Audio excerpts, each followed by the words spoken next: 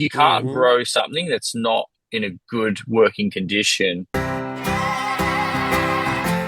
Martians landed, Yes. wearing Prada suits, Yes. drinking Henry Seltzer, Yes. chewing juicy fruit. Yes, and? Your branding here, Yes, brand. your message here, Yes, and? a verse about Yes. your product here. Yes. I'm Hersh Rephun. Yes, and? I'm a message therapist. Yes. And I have a podcast. Yes, brand. That's right, that's it.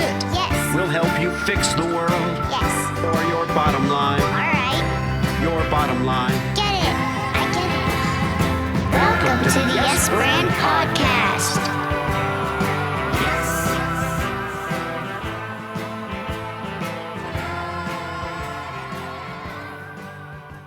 Most founders talk about brand as something you say, but brand's really something that you're willing to protect when growth, efficiency, and scale start pushing back. My guest today is Justin Giuffrida.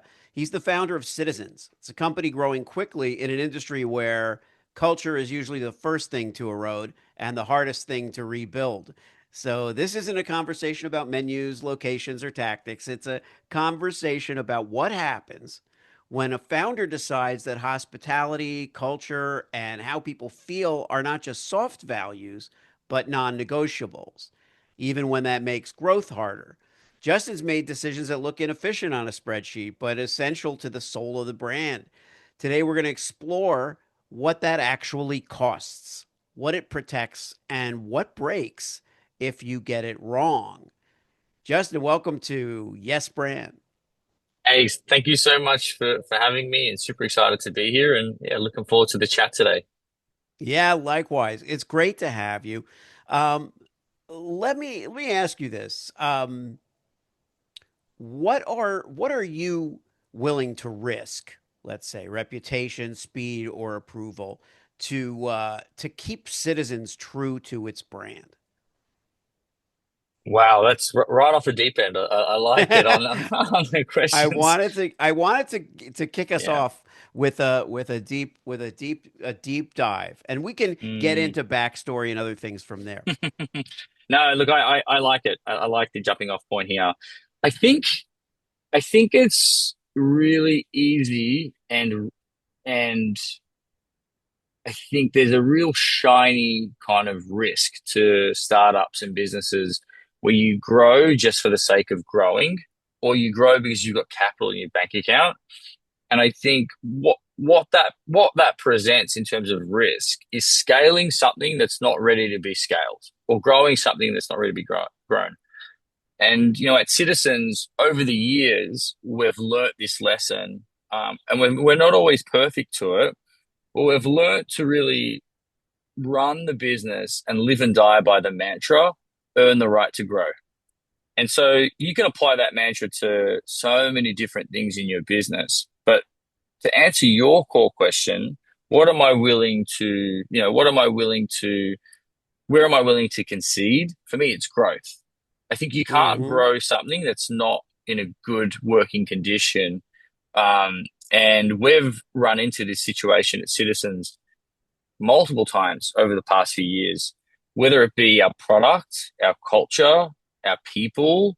If those pipelines are not in good working order, then you have to really slow down and rethink your growth and make sure you fix some of those leaks to the bucket before you start growing. So, I'm not willing to concede or slow down on our culture. I'm not willing to concede, our kind of training, our learning standards, our product standards, our guest satisfaction. But I am willing to slow down on growth to make sure that we diagnose problems properly, fix those problems, and then really kind of, proceed with growth and scale. If that makes sense. No, it makes a lot of sense, Justin, because if you think about that, what you just referred to, of all the things you mentioned, the only thing that really implies or carries risk is growth. In other words, if you deepen the culture, if you now you could talk about time spent or effort, Mm. but honestly, those are all improvements, deepening cultural, deepening employee relationships, all of those things. The risk inherent in growing too fast or growing in the wrong direction Mm. is where the peril really lies. Now, Mhm. if you can take us back a little bit to where you learned those Mhm. lessons prior to starting Citizens and how it came about, that would be awesome. Yeah, absolutely. Well, I think, what one really important piece to the citizen's journey and my personal and professional development journey has been, what I would consider how do founders break down their learning, right? 70% of that learning is on the job. It's fumbling, making mistakes, learning on the go, all that good stuff. And then you've got 20%, which is, what I call social learning, which is, learning from other founders, peer to peer or peer to mentor. And then there's 10%, which is kind of, external or academic learning, which is books, seminars, conferences, all that good stuff. I think I spent the first half of my entrepreneurial journey doing all of my learning in the 70%, all Yeah. about trial and mistakes and, trying not to make those same mistakes multiple times over. But there's something that's happened, I think, in the last, 4 to 5 years where I've gotten comfortable in myself, my own skin, and I'm happy now to reach out to peers and mentors. And I've developed some tremendous relationships, and from those relationships, you develop just such a level of closeness, almost in ways closer than your partner or your family members, because, when you talk to a mentor, you have the freedom to say, hey, Hersh, here's the 101 things that are going wrong in my business. And these are the things that I'm super worried about that are keeping me up at night. And you can have this really kind of vulnerable conversation around, what are the things that are stressing you out and how do you overcome those challenges. And so when I think about growth and how to shape and build the business, a lot of those lessons came from some of my mentors, CEOs that run much bigger businesses than what I do, and have made, all of their kind of success and failure steps. And so I've learned from them how to think about problems, when to slow down, how to diagnose properly. And yeah, I could talk all day long about mentorship because it's something that that's been a huge part of our success. Yeah. Well, it's wonderful to be in that position as well, to feel like, you want to share knowledge. What demonstrates to you an ideal mentee? Yeah, well, that's a good question. Yeah, so I find myself as a pretty constant mentee these days. I'm in the upward part of my career, um, but I think first and foremost somebody that's prepared, coming to those meetings early with preparation in hand, documenting well what are your problems, a well-defined problem. It's not like saying, "Hey, Hirsch, I'm just stressed out." Like, hey, Right, right. here's the three problems that are keeping me up, and let me define to you in detail what those problems are, where I think they're coming from, what I think the roadblocks are, and then just kind of having that recorded properly that allows your mentor to like grab onto and help and formulate a really thoughtful conversation around. So preparation's key. I think showing appreciation is also key. Like these are folks giving you their scarce time, and typically you're sourcing mentorship from really successful, time poor people. So, I think it goes a long way to be really appreciative, grateful. I always take the approach of finding out what makes Hirsch tick. It might be chocolate, it might be ice cream, it might be wine, and really kind of sending you those metaphorical flowers to show that level of appreciation. I think that goes a long way. My mentors have always told me that you're super prepared, so respectful, really thoughtful discussions, and you always send me a gift, you know, periodically, which is like, Yeah. unnecessary but well appreciated. Yeah. And you nailed it somehow because yeah, it is chocolate. It is quite literally So chocolate. And in it's all fact, in the name, I Hirsch. yeah, that's right, Hershey. So that was very prescient on my parents' part because yeah, it's definitely chocolate. But you seriously make a great point about preparedness and the investment that you're recognizing in a mentor. So you're coming in and you've really done the prep because you know that that most likely, let's say they Mm. don't have the time to sit there and actually analyze stuff. What they can do is help you Yep. along with all the work that you've done. A lot of Exactly. our guests are founders. You know, for the founder listening who feels Mm. pressure to compromise something that they know matters. They know it's important. It's not an easy decision, but they can't quite justify it on a spreadsheet. What would Mm. you want them to hear right now? Yeah, um, I think founders can be under a lot of pressure to grow all the time. You know, that might be grow their client list, their sales, their restaurant locations in my case. And, that might be like optical pressure to like, their friends and family. That might be investor pressure to people who've invested in the business. And I think that's the part that I continuously come back to in my business, which is, we want to scale a business that works, and not continue to, capital, time, these are all really scarce resources. And I think if you're scaling something that's not really ready for it just yet, that might be in the, in the way that your customer perceives the product or the team. I think it's just the shiny dangling carrot in front of founders, and every founder makes that mistake time and time again. Go forth, grow without doing the kind of core of the work, that that which is like really get the company, the product, the operation dialed in. So I think it's important for founders to know that risk and kind of and go with it. So that was an excellent response.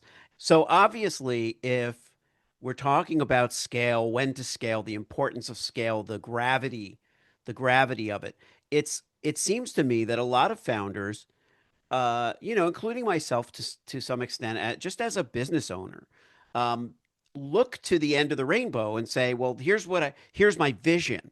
This is my vision." And a lot of us can't wait to get to that vision, right? So scale isn't just I want to be bigger, I want to be bigger, or I want. We often, even if we envision culture, we envision that end of the rainbow scenario maybe prematurely, and maybe it drives us, but it also can get in our way. So my question is, you know, what is what if anything is the end of your rainbow looking like, or how do you view? You could have done anything, right? It didn't have to be restaurants. It didn't have to be citizens. You know, what do you see when you visualize that stuff, and then how do you manage that? Yeah, it's a great question. I mean, for me, first and foremost, I picked restaurants because, I have I think there's a really powerful combination in what I would consider my skill set and my passion together, not just Hmm. solely skill set. It's what I studied, what I have a lot of experience in. It's what I've seen. There's this gap in the market, in the US market, or an opportunity for, and so that's why, that's what's powered a lot of my energy, and success in this industry so far. But it's not passion alone. It's really what I consider myself to be good at technically, and and kind of strategically, and I think that's shown so far in our journey at Citizens, our success.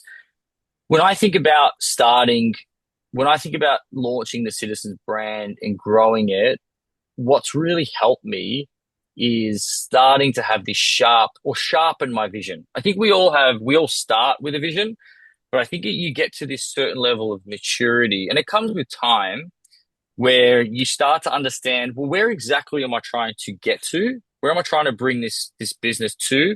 And then how am I going to get there? And then what challenges am I anticipating along the way, and what inflection points am I trying to reach?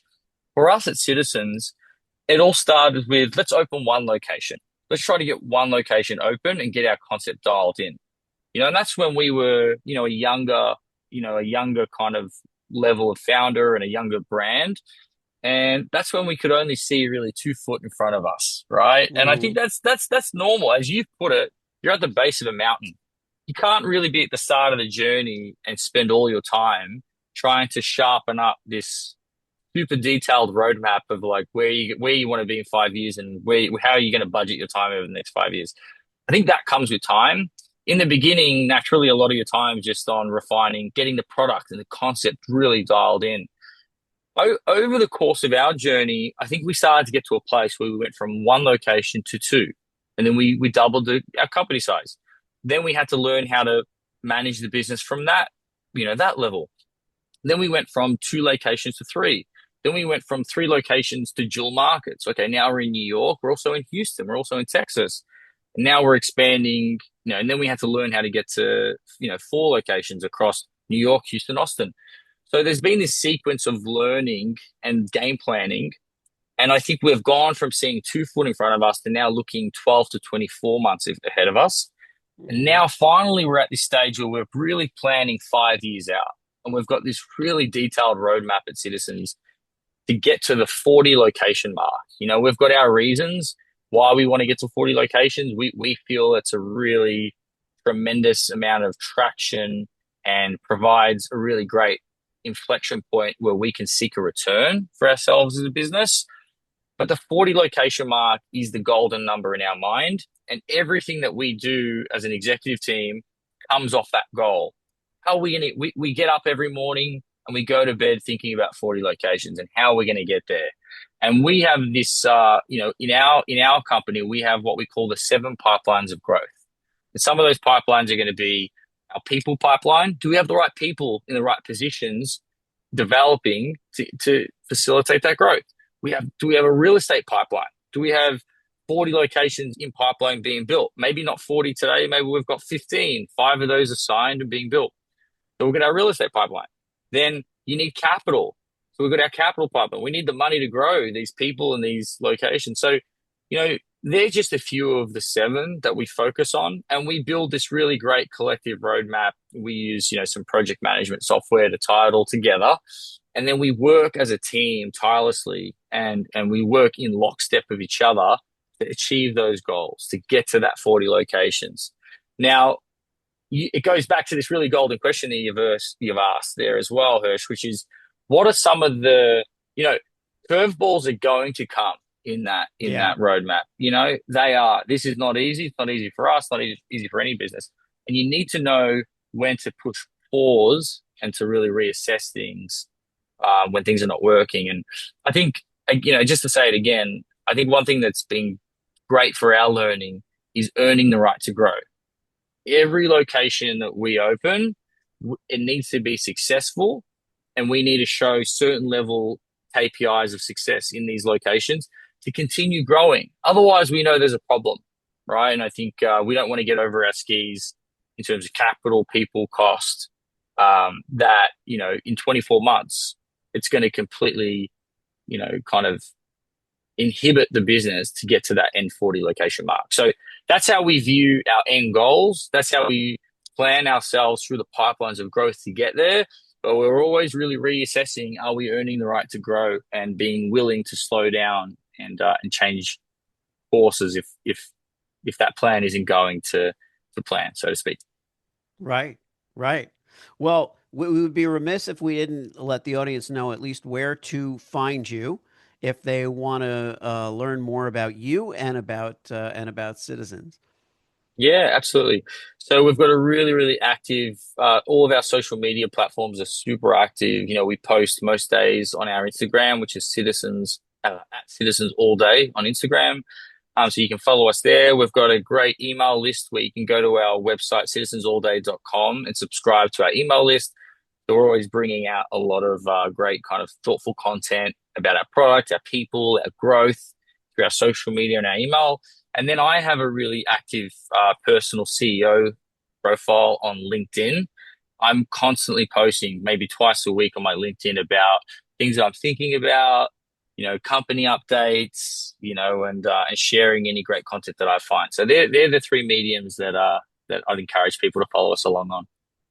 Fantastic. Fantastic because and I'm glad that last piece is there because for the listener that's one of the most important parts is well where can I see what Justin's thinking and doing and graciously sharing. So thank you so much and thank you for graciously sharing and kind of digging down in this conversation. I was really looking forward to it, and I was not disappointed.